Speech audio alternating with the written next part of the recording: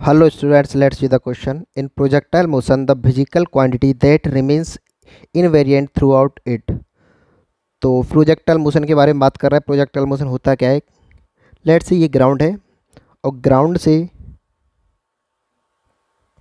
किसी पार्टिकल को कोई हॉरिजॉन्टल से एंगल बनाते हुए थीटा एंगल लेट्स से ये थ्रो किया जाता है यू वेलोसिटी से। तो पार्टिकल पैराबोलिक पाथ पर इस तरीके से मूव करता हुआ ग्राउंड पर किसी डिस्टेंस एच पर जाकर हिट करता है। लेट्स से ए पॉइंट से थ्रू किया जाता है एंड बी पॉइंट पर हिट करता है।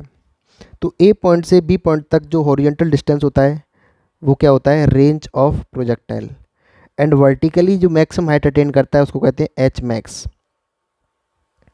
लेट्स यहाँ से टी इक्वल टू 0 पर थ्रू किया जाता है और यहाँ तक आते आते टाइम लगता है कैपिटल टी। तो कैपिटल टी क्या हो जाएगा? Time period of the projectile motion.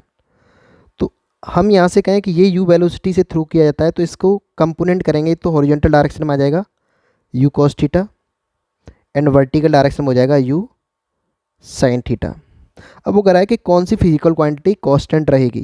तो ऑप्शन फर्स्ट है वर्टिकल कंपोनेंट ऑफ वेलोसिटी। तो यहाँ पे हम देखेंगे कि जी हमेशा डाउनवर्ड डायरेक्शन में एक्ट करता है। जी हमेशा डाउनवर्ड डायरेक्शन में एक्ट करेगा तो जो यू साइन थीटा है इसको अफेक्ट करेगा। तो यू साइन थीटा की वैल्यू को डिक्रीज करता जाएगा यहाँ से यहाँ तक हाईएस्ट पॉइंट तक। इसको भी मान लेते हैं ये डी पॉइंट है।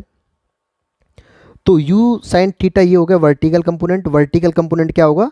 ए पॉइंट से डी पॉइंट तक डिक्रीज होगा एंड डी से बी तक बढ़ता जाएगा। लेकिन अगर मैं यू कॉस थीटा की बात करता हूँ हॉरिजॉन्टल कंपोनेंट ऑफ वेलोसिटी, ये through out the motion constant रहेगा। क्यों? क्योंकि हॉरिजॉन्टल डायरेक्शन में कोई एक्सेलरेशन नहीं है तो ये अफेक्टेड नहीं होगा। तो यहाँ पर क्या है? वर्टिकल कंपोनेंट ऑफ वेलोसिटी ये हमारे पास ऑप्शन नहीं होगा क्योंकि वर्टिकल कंपोनेंट वेलोसिटी चेंज होगा। हॉरिजॉन्टल कंपोनेंट वेलोसिटी ये बात सही है, ये कांस्टेंट रहेगा क्योंकि हॉरिजॉन्टल डायरेक्शन में कोई एक्सेलरेशन नहीं है। Kinetic energy of the projectile. Kinetic energy होता क्या है? Half M V square. तो एम तो कांस्टेंट है, हाफ वी कांस्टेंट है, तो यहाँ पर वी देखोगे वी चेंज होता चला जा रहा है। तो हम यहाँ से कह सकते हैं काइनेटिक एनर्जी भी चेंज होगी। तो ये ऑप्शन सी भी आपका गलत हो जाएगा। Potential energy of the projectile. Potential energy क्या होता है? वो हाइट के साथ वेरी करती है। पोटेंशियल एनर्जी क्या होता है? M G H. जैसे जैसे हाइट चेंज होती जाती है पोटेंशियल एनर्जी चेंज होगी। तो पार्टिकल ए से थ्रो किया जाता है डी पॉइंट तक, उसकी हॉरिजॉन्टल से कुछ हाइट पर जाएगा तो उसकी पोटेंशियल एनर्जी क्या हो जाएगी? वो भी चेंज होगी। तो ये ऑप्शन भी हमारे पास गलत हो जाएगा। Option B is your correct answer. I hope you got the answer. Thank you.